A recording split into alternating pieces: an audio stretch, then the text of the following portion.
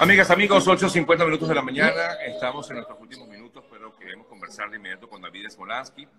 Les recordamos que David está como representante comisionado pues, para asuntos de migrantes y refugiados en Estados Unidos, de migrantes y refugiados venezolanos en el mundo, perdón, desde la Organización de Estados Americanos.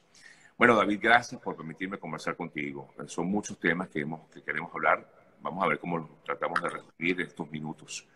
Pero en principio, David, yo retuiteaba algunos de tus comentarios a través de Twitter porque me parecían realmente impresionantes. Hoy conversaba yo con la doctora abogada de inmigración, María Tina Burgos, ella siempre está conmigo aquí en el programa, y hablábamos acerca de esto que está ocurriendo con los venezolanos. Lamentablemente, oye, hay algo que está ocurriendo que no logro entender porque mientras los países del mundo dicen que quieren apoyar a los venezolanos, pues ocurren cosas como la que ocurrió con República Dominicana, donde ahora piden también visa, un país que siempre le abrió las puertas a los venezolanos. Yo quisiera que tú me explicaras por qué pasa esto, qué crees tú que ocurre, por qué ocurre esto.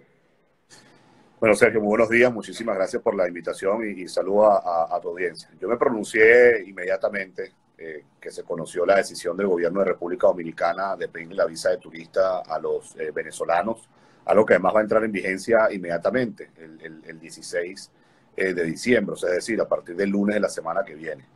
Y decía que esto no resuelve el problema, más bien todo lo contrario, lo agudiza.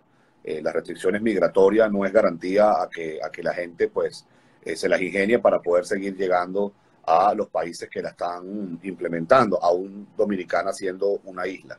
Pero también colocaba, Sergio, que paradójicamente, en su momento, entre los años 70 aproximadamente, en Venezuela se llegó a registrar 40.000 dominicanos que justamente huyeron de la dictadura de Trujillo y que en Venezuela fueron recibidos sin ningún tipo de restricción migratoria.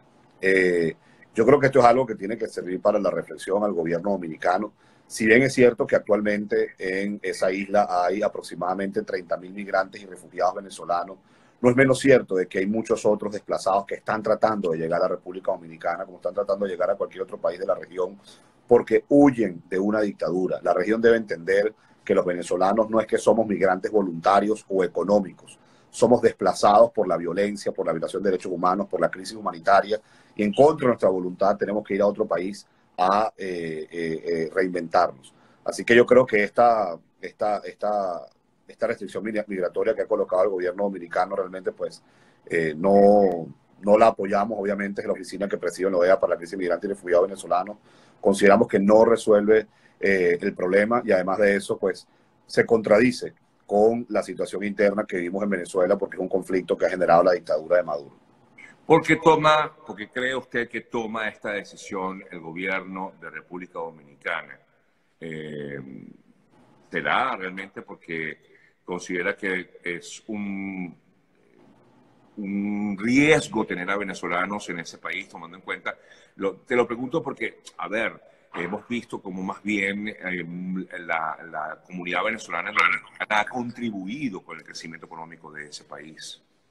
Mira, Sergio, la verdad es que no encuentro razón. No encuentro razón, especialmente como los venezolanos nos comportamos hace décadas con muchos dominicanos que pudieron rehacer su vida en nuestro país. Yo me acuerdo inclusive que Quinta Crespo era una zona donde era común conseguir dominicanos, inclusive con dominicanos de segunda generación, aquellos que nacieron en Venezuela porque sus padres habían huido de la dictadura de Trujillo.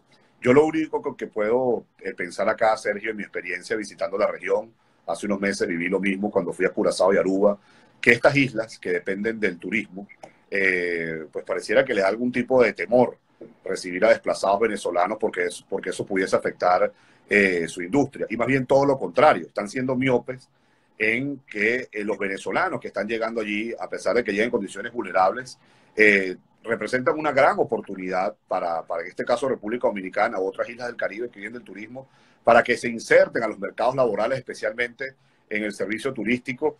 Y bueno, sería un impacto económico positivo para estos países y evidentemente sería algo de bien para estos venezolanos que puedan surgir a través del trabajo. Además de esto, yo espero que esta medida no tenga implicaciones de xenofobia y discriminación para los venezolanos que ya están en República Dominicana, y me parece además una contradicción que República Dominicana, que reconoce el presidente encargado, Juan Guaidó, que lo reconoce como un gobierno legítimo, precisamente porque Nicolás Maduro está usurpando el cargo y ha hecho que cerca de 5 millones de venezolanos estén desplazados, ahora de repente coloquen esta restricción migratoria. Ojalá y lo ¿Puede reconsideren. haber flexibilización en esta medida, David, tal como se la ha planteado o se la planteó ayer el presidente encargado Juan Guaidó al gobierno de Dominicana? ¿Puede haber flexibilización? Esperemos que haya flexibilización, Sergio. Yo voy a solicitar formalmente una reunión con la misión de República Dominicana en la Organización de Estados Americanos, conversar a ver qué se puede hacer con, insisto, no con los venezolanos que ya están ahí, sino con desplazados venezolanos, que Claro. República Dominicana termina siendo una opción. Y aquí lo que tiene que prevalecer, Sergio, es la solidaridad. Yo te he comentado en otras ocasiones, por ejemplo, el estatus de refugiado. Y fíjate cómo eso se ha avanzado. Brasil ya lo está implementando según la declaración de Cartagena. Hace pocos días vimos cómo más de 21.000 venezolanos se vieron beneficiados por recibir el estatus de refugiado. Y bueno, modestia aparte, hace menos de un mes nosotros estuvimos en Brasil, tú lo sabes, y esa ha sido la propuesta principal que hemos llevado a esta oficina. Y en los casos, y en los países donde no se está implementando el estatus de refugiado, al menos que se implemente algún estatus especial que le dé documentación al venezolano y que con esa documentación pueda aplicar un trabajo y acceder a los servicios, como por ejemplo ocurre en Colombia con el permiso especial de permanencia.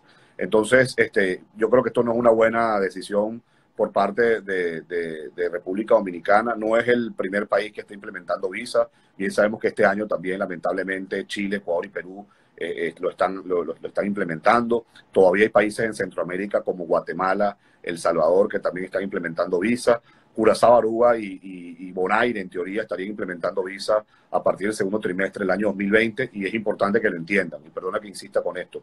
Las restricciones migratorias no resuelven el problema, y no lo resuelven porque el venezolano no es un migrante voluntario, el venezolano no planifica cuando se va de Venezuela, el venezolano es un migrante forzoso, es un desplazado, está huyendo de un estado criminal que hoy no garantiza alimentos, no garantiza medicinas, no garantiza servicios básicos, y además tiene como práctica la violación de derechos humanos y la violencia generalizada. David, hay un tema y que quiero comentarlo contigo y consultarlo, porque efectivamente entendemos que esta situación se está registrando en toda América, no solamente en Latinoamérica, está ocurriendo también incluso aquí en Estados Unidos, y hemos visto, por ejemplo, lo que está pasando en la frontera sur, es decir, México-Venezuela, Estados Unidos, perdón, con venezolanos. Ocurre con muchas nacionalidades, pero ocurre con venezolanos. Y quiero preguntarte, ¿cuál debe ser la labor, en este caso, del gobierno interino, donde tiene representantes diplomáticos? Te hablo de Estados Unidos, te hablo de países como Perú, Chile. La gente siente que los representantes diplomáticos no están ejerciendo su función, es decir, no están colaborando con los connacionales.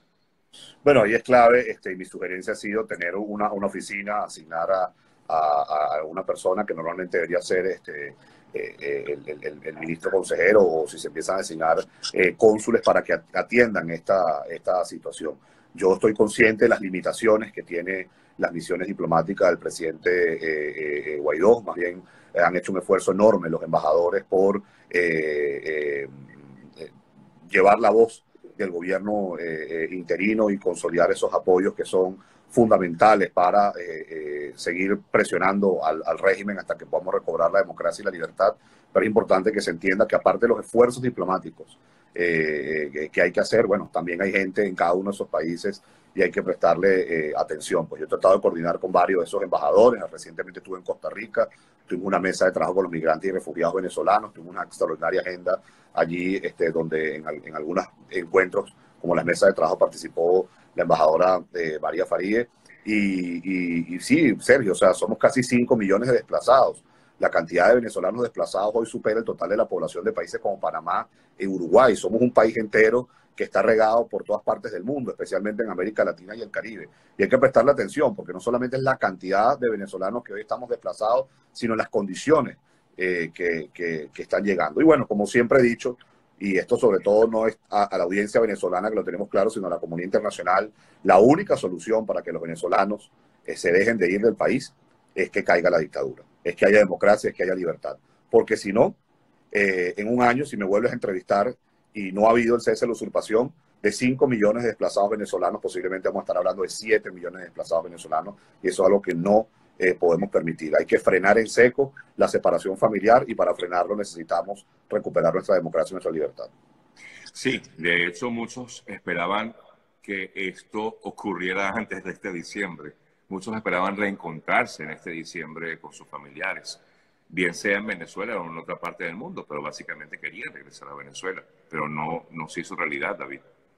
Bueno, y no se hizo realidad, Sergio, porque estamos enfrentando un Estado criminal. Eso es otra cosa importante que se debe entender. Esto no es una dictadura más latinoamericana, esto no es una dictadura convencional. Aquí estamos enfrentando un Estado criminal que, bien sabemos, pues hoy tiene a la gente sumergida en la pobreza, en la falta de libertades, sin comida, sin medicina, sin agua, sin luz, donde se practica la violación de derechos humanos y la inseguridad como política de Estado. Y además de eso, hay apoyo externo todavía, como el caso de Cuba, Rusia, China y Turquía. Ahí hace pocos minutos veía donde supuestamente tropas rusas habrían llegado al Estado Bolívar utilizando el uniforme militar venezolano. Nada diferente, por ejemplo, a lo que ocurre en Siria. Entonces, aquí que realmente hay que explorar lo que permite la legislación internacional para actuar más allá de la diplomacia cuando se trata de proteger a millones de personas, en este caso millones de venezolanos, que su vida está en riesgo porque pueden morir porque no consiguen comida, no consiguen medicina o son víctimas de la violencia. David, yo sé que, bueno, estás en otra, digamos, en otra área ahorita, pero yo quisiera de pronto no sé, un balance de lo que ha sido este año 2019. Como hablábamos, pues muchos esperaban que para esta época ya tuviéramos otro panorama político en Venezuela. No obstante, no fue así. ¿Cuál crees tú que pudo haber sido el error más grave cometido por el gobierno interino de Juan Guaidó, a tu juicio? Bueno, mira, en primer lugar, Sergio, antes de contestar concretamente, hay que recordar también dónde estábamos nosotros hace un año exactamente. El país estaba en un desierto. La gente también estaba sumergida en desesperanza y desmotivación. Y surge el gobierno interino, que sigue contando con el respaldo de más del 70% de los venezolanos, y 59 países de todo el mundo reconocen a Juan Guaidó como jefe de Estado de Venezuela. Y cuando decimos 59 países hay que desglosarlo. Es la mayoría de los países de América Latina y el Caribe. Desde Colombia y Brasil, que son nuestros vecinos, hasta Haití y Bahamas en el Caribe. Es Estados Unidos y Canadá. Es la mayoría de los países de la Unión Europea. Son muchos países que no son miembros de la Unión Europea, como Georgia o Kosovo. Son países en África como Marruecos, en Medio Oriente como Israel, en Asia como Japón o en Oceanía como Australia. Y hoy los venezolanos, a pesar de que evidentemente quisieran que Maduro no siguiera usurpando el poder en el Palacio de Miraflores, se siguen identificando y siguen respaldando en su mayoría al presidente Juan Guaidó. Yo creo que se ha avanzado también en lo que ha sido la recuperación y protección de activos de la nación. Muchos de ellos pues estaban siendo dilapidados, bien sabemos, y mal utilizados, producto de la corrupción y la malversación de fondos. Y aquí lo que hay que entender, insisto, Sergio, es que no es una dictadura más, es un Estado criminal, donde es muy posible que necesitemos apoyo internacional, porque se trata de desmantelar a todo este Estado criminal, que además ha hecho que parte de la Fuerza Armada Nacional actúe en conjunto con grupos irregulares, dejando a los venezolanos completamente desprotegidos. Y esa parte de la Fuerza Armada Nacional con grupos irregulares, ¿cómo se sostiene? No se sostiene por la economía formal, se sostiene por la economía ilícita, por el narcotráfico, por la minería, por el contrabando. Entonces, esto es prácticamente un caso único que se ha registrado en la región, y me atrevería a decir que casi que es un caso único actualmente en el mundo, y nosotros no podemos cotidianizar lo que es extraordinario. Si hay algo que se debe ser corregido desde el gobierno interino, yo creo que son las mesas de negociación y diálogo. Tú sabes que yo en lo particular nunca estaba a favor de esas negociaciones y diálogos, inclusive desde el año 2014, cuando me tocó dar una rueda de prensa explicando por qué en ese momento Voluntad Popular no había participado en el diálogo de 2014, porque la negociación y el diálogo, el régimen siempre lo ha utilizado para ganar tiempo, para fracturar, en este caso al gobierno interino, para fracturar a la comunidad internacional y evidentemente para desmotivar a la gente. Entonces aquí pues dudo yo que por negociación o diálogo se vaya a salir de la dictadura. Y bueno, mientras hubo esta negociación y diálogo, se calcula que aproximadamente 700.000 venezolanos huyeron del país. Pero hay que preservar al presidente Guaidó, él es hoy quien lo reconoce la comunidad internacional, la mayoría de los venezolanos sigue apoyando, cuenta con legitimidad. Yo creo que ha mostrado, Sergio, determinación, valentía, coraje. Hay otras leías que la primer ministra de Finlandia, de 34 años de edad, pasó a ser la más joven de todo el mundo. Bueno, el presidente Guaidó arrancó con 35 años de edad y arrancó enfrentando un estado criminal bajo fuertes amenazas hacia él, y buena parte de su equipo hoy está preso, como Roberto Marrero, o muchos otros están exiliados.